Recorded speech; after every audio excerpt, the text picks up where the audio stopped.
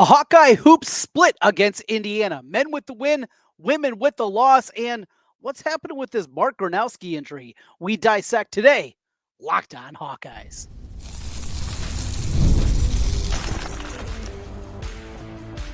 You are Locked On Hawkeyes, your daily podcast on the Iowa Hawkeyes. Part of the Locked On Podcast Network, your team every day.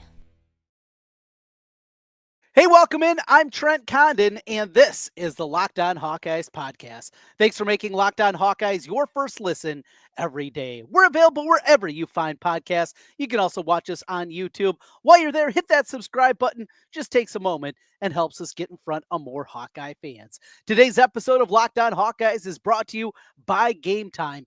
Download the Game Time app, create an account, and use code LOCKEDONCollege for $20 off your first purchase. Well, a wild weekend for the Hawkeyes. We're going to talk a little wrestling today. We'll get to that later on. We're going to hit the women's basketball loss from on Sunday afternoon into the evening against Indiana, and the men's dominating performance against the Hoosiers on Saturday night. Great to see a decent crowd at Carver-Hawkeye Arena in that one, and got to see a lot of the alumni back, which was really cool to see, and a lot of the letter winners for the men's basketball program. Plus, we got to figure out, should we be freaking out about this Mark Gronowski injury, the surgery that he's going through? I understand. A lot of angst out there, and we're going to get to that here in just a little bit. But let's start things off with the positive of the basketball weekend, and that was the men's performance against Indiana on Saturday night. Now, it starts with just the environment. Yes, it's not 15,000 strong like it was. Capacity is now under 15,000, but growing up, 15,500 Carver-Hawkeye Arena, it was regardless of who they were playing. It was going to happen every single time. Not the case anymore. So I have to live with that. I have to understand it. But still, the crowd was into it. It felt like a good crowd. It was good to see, and Iowa was just able to put big run after big run together. And after having an 18-2 run early in the game, looked like I was going to put them away. Here comes Indiana, comes roaring back. They give up the lead. The frustrations definitely were building at that time, but Iowa with a just absolutely tremendous response. And that was, I think, one of the best parts of this game. Yeah, there are a lot of statistics that you can point at, a lot of numbers, and we'll get to them here momentarily that are eye-opening, to say the least. But the ability to bounce back like that after having a 6-7 minute stretch where he's just playing some awful basketball. Another questionable lineup. It just, the offense was really bogged down, and Indiana got hot. And instead of tucking their tail, they responded. Now, you look at Iowa right now, they're 3-2 in the Big Ten. Remember, all three of those wins, though, have come at Carver. And I was going to have to prove that they can win games away from Carver-Hawkeye Arena. I mean, we've seen this with plenty of bubble teams in the past, that if you haven't shown an ability to win on the road, you're not going to be a tournament team. So Iowa still has to prove that. They'll have plenty of opportunities, including late in the year, as we've talked about a lot here every day. As you know, I've been harping on this end of season schedule. It's going to be incredibly difficult. Those last 7 games are as tough as you're going to find, coupled with the travel that's going to be there, but we'll get to that. Back to the game. Resilient at the end of the first half. Love to see that. And then they just put them away, right? I mean, just gave them absolutely no opportunity as they come out with a 13-2 run to begin the second half. And it was game over. And then it became a laugher. And guys making plays. Boy, that Indiana outfit. Now, we have realized and we have learned, Indiana came into this one 4-1 in the Big Ten, by the way. And they just looked dreadful. We know that Fran McCaffrey and Mike Woodson, probably not on each other's Christmas card lists. Two coaching staffs that have bickered. We've seen Woodson and Fran go back and forth a little bit. I just continually am baffled how this guy is there. I know he's a alum, but goodness gracious. The talent that they have, the dudes that they have brought in, the amount of money that they have invested, and this is what you get? Whew, good luck to them. Back to what we care about, the Hawkeyes. A lot of great numbers here. Starting with another double-double for Brock Harding. 10 points, 10 assists. Most importantly, 1 turnover.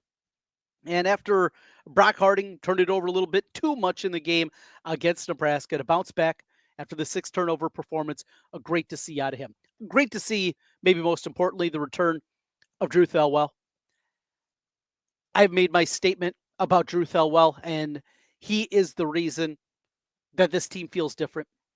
Seeing him early in the game, just imploring the fans to get on their feet, right? It just trying to get anything out of this fan base. Let's go. Let's get it going, right? And he's that guy. He's that emotional leader. He's a dang good basketball player, too. The upgrade that they made at the second guard spot from Tony Perkins to Drew Thelwell is immense. Because not only do you have a guy that has the passion that you see from Thelwell, a guy that plays both ends of the floor. It feels like he's the perfect type of guy for what Iowa needed. They needed a little bit of that passion, that physicality, all the things that Drew Thelwell brings to the stage. Just love what we're seeing out of him. Peyton Sanford again, going off. They're going to have this. As we talked about after the Nebraska game, Iowa goes as Peyton Sanford goes. Is Peyton Sanford going to develop into the NBA player? We'll see. But for the here and now, in his final go around in a Hawkeye uniform, Peyton Sanford needs to play well basically against everybody. You look back at the losses are games where Sanford hasn't played well. It's as simple as that. Josh Dix, a stud once again. Just so efficient. 4 of 5 from the 3-point line. And the crazy thing is, Josh Dix is not what you'd consider a sharpshooter, right? He's not that dead-eye 3-point shooter. He's incredibly good at it. But that's not what you think because there's so many other elements to a game. And maybe it's because he is so good at the mid-range. He's good coming off the curl and not just curling around it for a 3-pointer, but actually turning the corner and getting to the elbow. He does a lot of old school things that I guess make you think that, and there is more to his game than just that, but 4 or 5 from behind the arc. Look at his shooting splits now. He's shooting a ridiculous 63% from 2-pointers, 48% on threes, 95% at the free throw line. He's nuts. He's efficient. Need to continue to just time after time after time telling Josh Dix, be more aggressive because your aggressiveness is a good thing. Owen Freeman with the double-double, battling in there against Ballo. Told you he was going to be a load, and you could see he definitely was inside. Off the bench, Price plays. And we saw a little something again out of Lashi Tabali. And we talked about this one also at the beginning of the year. For Iowa basketball, I believe that Tabali, his best work and the way this team is constructed is coming off the bench as a backup 5. It never worked out well with him and Freeman playing together up front. Now, Iowa gives up a ton. And when they go with this starting lineup with Harding, with Thelwell, Peyton Sanford, Dix, and Freeman, it's not a great rebounding group on a team that's not very good rebounding. You're giving up power. You're giving up size. But Dembele, at least for his role, that's when it's at its best. 8 minutes out of Traore, still waiting. The guy that we saw before the ankle injury has not come back and still waiting for that guy because that is the kind of guy that is going to help this team win a game down the stretch. Is going to help them push across the finish line against a physical team. They need the Seydou Traore that I think we've seen glimpses of so far, but can he do it in a role where he's not playing 25 minutes a game? He's playing 12, 14. We'll see about that. Just 8 minutes for Traore in the game as more and more Fran. He relies really on the 6 guys. The starting lineup and Sanford, Dembele a little bit of Traore. That's it. And that's okay. Certainly if you play like this is okay. So Iowa has departed now for California. They'll get ready for Tuesday night against USC. That'll be a late tip-off, 9:30 Central Time for the matchup against the Trojans, and then scheduled to play Friday night against UCLA. UCLA campus has been the one more impacted, at least the area, by the wildfires out there. Doesn't appear to be any major concern about the game being played Tuesday against USC. The bigger concern would be Friday against UCLA, and there's potential talk of if they need to, they could move that game somewhere else, including maybe moving into USC's campus and their arena there. So that's what's in front of us coming up this week. Iowa needs to pile up wins. The schedule is tough at the end. You have to pile up these victories. You're looking at this road trip, at minimum, a split. Now, USC is as crazy as a team as you're going to find. And we're going to talk more about the Trojans here as we get ready for the game on Tuesday. But just got to tell you, this is a team that lost to a very average Cal team. They got blitzed by St. Mary's, who's good. They lost 71-36. Then, the last time out, Saturday, they go into Champaign and beat the Illini by double figures. I just, you can't wrap your mind around it. Now, Illinois didn't play without Jack Giannis, their stud point guard, the freshman. Still, the USC, Jekyll and Hyde team. That's the more winnable of the two. But then you got UCLA. And Mick Cronin, he appears to hate his team. I don't know if you saw it last week, him calling out his squad, but it was not good. They've lost 4 out of 5, 3 consecutive losses in the Big Ten. Losses to Nebraska, Michigan, and Maryland. Also lost to North Carolina in that mix. The one win over their last 5 was against Gonzaga. Figure that one out. Going to be interesting to see maybe the response from UCLA. Now they're scheduled to play against Rutgers coming up this evening, Monday night. They'll be playing that one before coming back home for the Friday matchup against the Hawkeyes. So that's what's in front of us here coming up this week. We got plenty of men's basketball. This team playing themselves back onto the right side of the bubble, according to what bracketologists you're looking at right now. I think it's still too early to dive real deep into that, but we'll take a gander, and we're going to do that a little bit more as we dive in more this week. The women's basketball team, it did not go nearly as well for them. We're going to talk about that, but coming up next, let's talk some quarterbacks. Mark Gronowski. It was exciting. Iowa got the quarterback that they wanted out of the transfer portal, a guy that has won, a guy that fits their system, fits their style, and he's going to be, surgery for Mark Gronowski. That's next. This is Locked On Hawkeyes.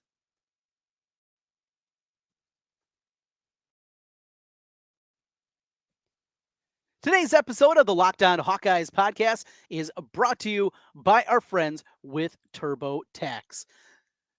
This is a message from sponsor Intuit TurboTax. Taxes, dealing with piles of paperwork, frustrating forms. That's what I was dealing with. Then waiting and wondering and worrying if you're going to get any money back. How taxes easily upload different forms into the TurboTax expert and match with our unique tax situation. For me personally, I am self-employed, and because of that, there's a lot going on. A lot of different things that are happening inside the tax world. You don't want to do it on your own. You want to have a professional, and TurboTax can do that just like that.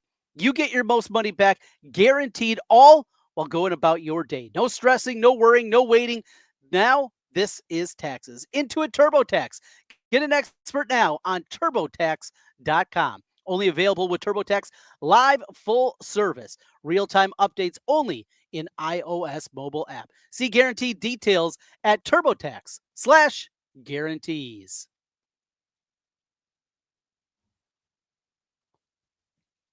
Trent Condon back with you once again here on the Locked On Hawkeyes podcast. Thanks for making Locked On Hawkeyes your first listen every day. Hey, hit that subscribe button while you're watching. Really do appreciate it on the YouTube side.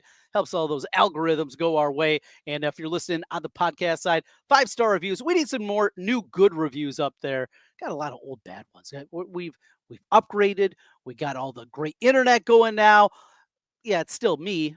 That's fine. But if you can, help us out here. Really would appreciate it. All right, let's get back into some football talk. And last week, the conversation, we waited and waited and waited. And finally, on Wednesday, Mark Gronowski, the former South Dakota State quarterback, makes his commitment to the Hawkeyes. We get excited about it. Dude with 130 career touchdowns, rushing and passing combined. He's big. He's physical. He can make all the throws.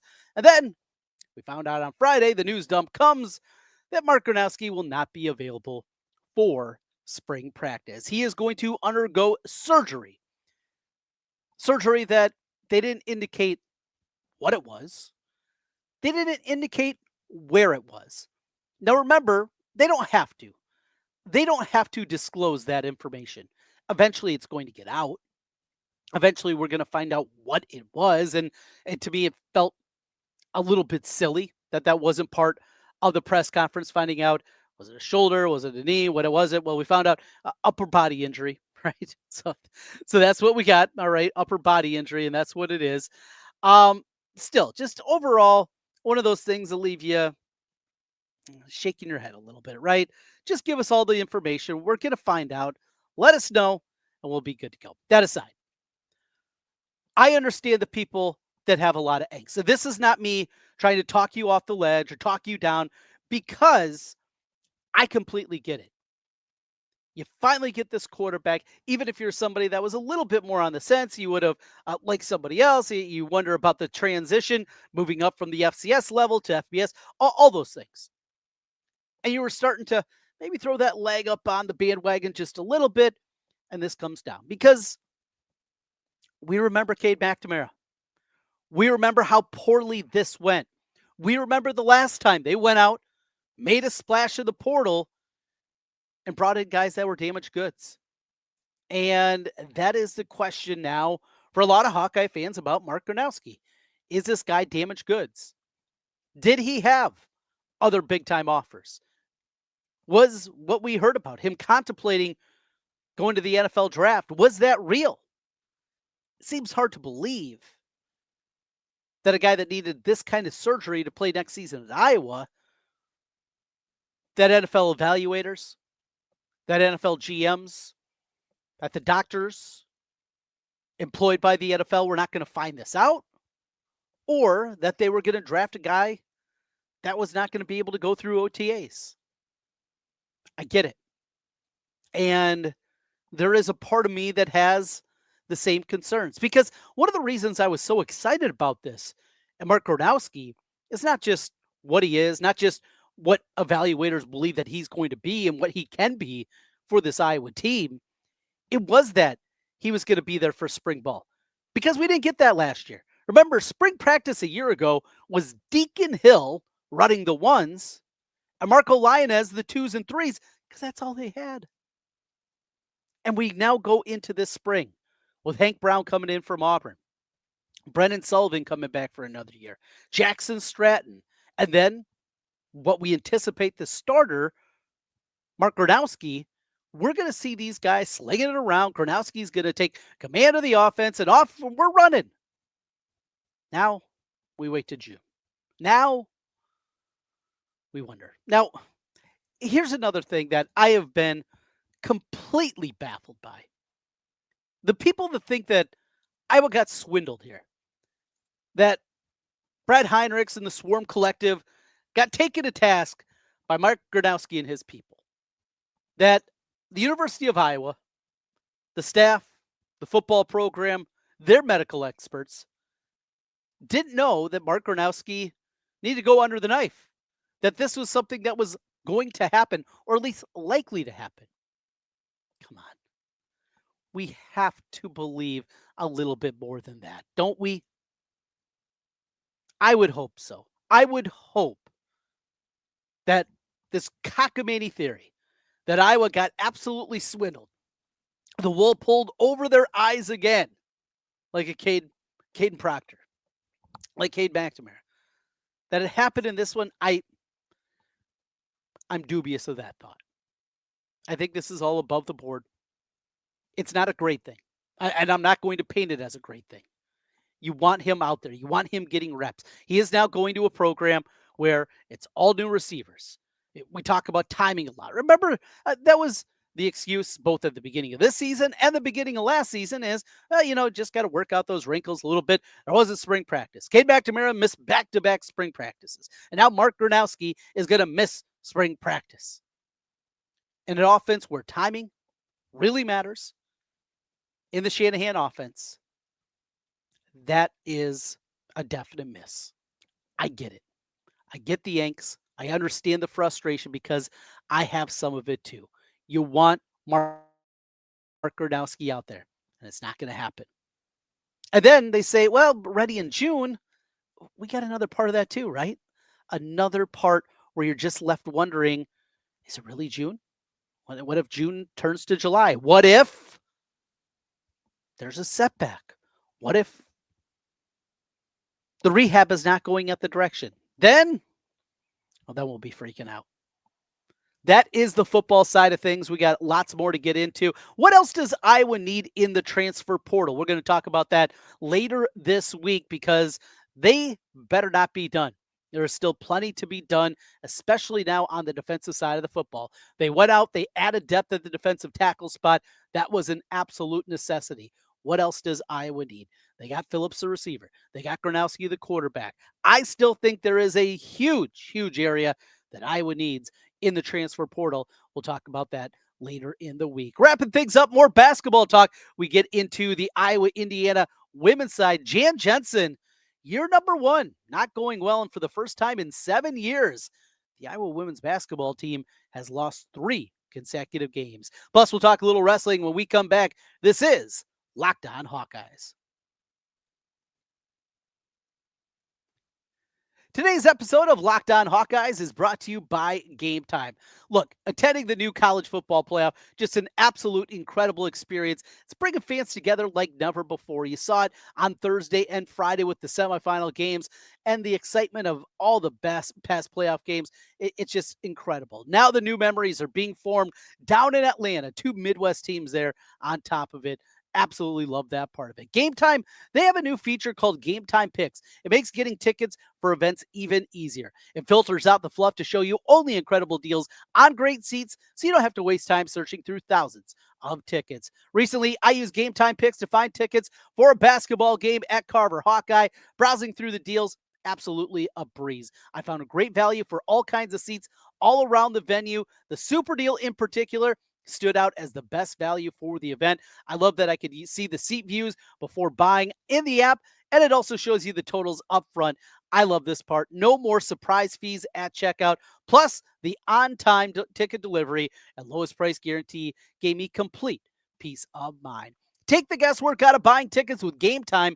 Download the Game Time app, create an account, and make sure you use the code LOCKEDONCollege for $20 off your first purchase. Terms apply. Again, create an account and redeem code LOCKEDONCollege, LOCKEDONCOLLEGE, Locked On College for $20 off. Download Game Time today. Last minute tickets, lowest price guaranteed. Trent Condon back with you again, Locked On Hawkeyes. If you're with us, hit that subscribe button. Just takes a moment. If you're listening on the podcast side, 5-star reviews. We're with you each and every day. A lot going on this week. It's going to be a busy one. We got you covered at all angles. We'll get into some Iowa wrestling here momentarily. But first, a look back at the women's basketball program. Now their 3rd straight loss for the first time in 7 years, and happening in year number 1 of the Jan Jensen era. I think creates a lot of frustration. New coach, new style, new ideas. It's not going very well. Jan Jensen now finds herself in an incredibly difficult spot because we see the young freshmen of this squad. We see what they have been able to deliver from Aaliyah Guyton, who's been absolutely incredible coming off an ACL tear. Ava Hayden in spots has been really good. And boy, got a couple of tough calls against her inside today. I thought she was better than even the stat line said. You got Taylor Stremlow, who's filling up the stat sheet, doing a little bit of everything. 8 rebounds in the game, 7 points, knocks down a 3-pointer, has 4 assists, just doing everything. And that's what they need out of Stremlow, and she's that kind of player. Tegan Mulaney didn't shoot it well here tonight, but we've seen Mulaney do good things for this team. So you got this group of freshmen, and then off the bench, the best player in the game today was Taylor McCabe. Taylor played maybe her best game of the season. We know what an outstanding shooter that she is, and that's how she played well, was shooting. But it was more than that. She was pulling defenders off, coming off those screens. I thought she played well on the defensive end, not just a steal that led to a 3-pointer. She was out there. She was competing, and I've been surprised this year. I thought there was going to be more minutes for Taylor McCabe than there has been. I think you need to continue to go that way. So we're talking about this many players off the bench. Excuse me. And then we go to the starting lineup. Kyler Fieldback is struggling. She really is. She only played 9 minutes in the game. 9 minutes with the plus minus of minus 16. That's almost impossible to do. Lucy Olson, just 23 minutes in the game. Well, this is the big addition. This is who they went out and got. This is top of the fold, who they wanted, their transfer portal addition. Lucy Olson, it certainly wasn't going. Now, I was surprised. I was surprised she wasn't out there more during the fourth quarter, but they went a lot more with Guyton. Um, Addie O'Grady is Addie O'Grady, right? Inside, got position. She's going to finish. Still just 3 rebounds in the game. And then Hannah Stolke, another struggle from her. I wonder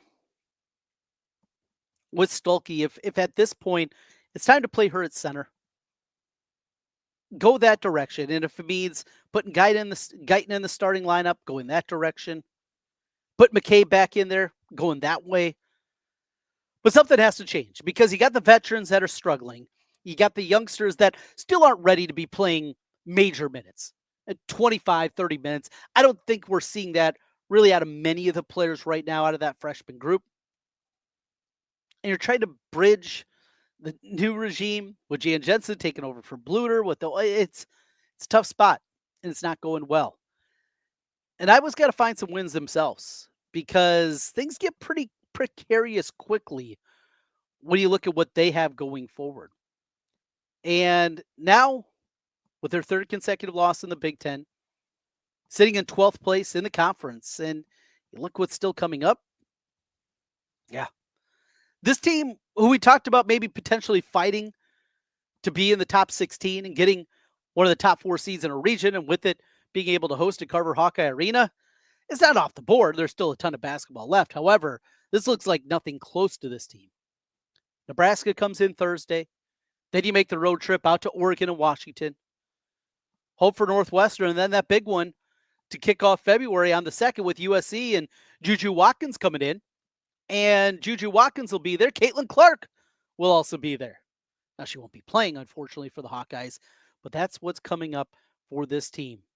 Jan Jensen, it's a tough spot. Have to figure it out, though, because things are not going well. Hey, I mentioned a little wrestling here. We're going to talk about this more. We're going to bring in, find an expert on the wrestling side.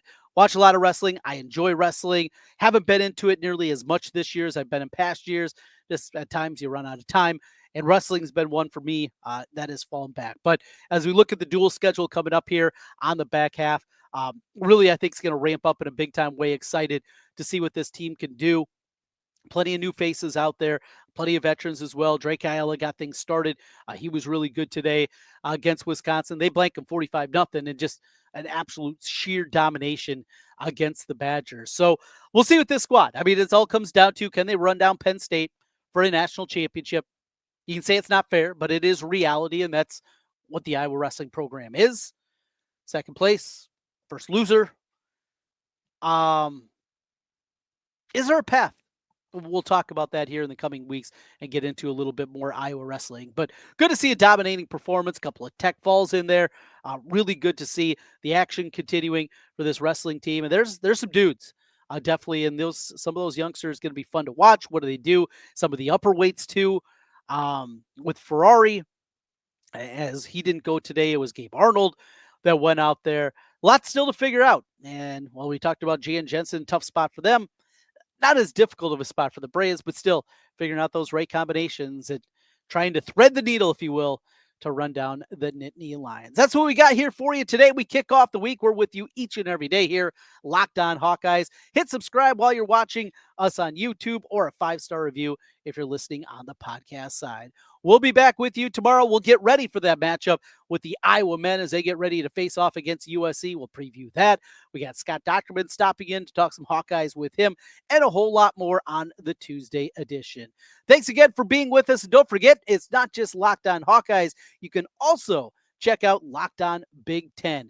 Craig Sheeman doing a great job talking all things Big Ten. Make sure you hit that subscribe button if you're watching that one, talking all things Big Ten. Your favorite team, we got you covered there. NFL, NBA, MLB, even hockey, all covered. Locked On. We're Locked On Hawkeyes with you each and every day, talking Iowa Hawkeyes. We'll talk to you again tomorrow. Go Hawks.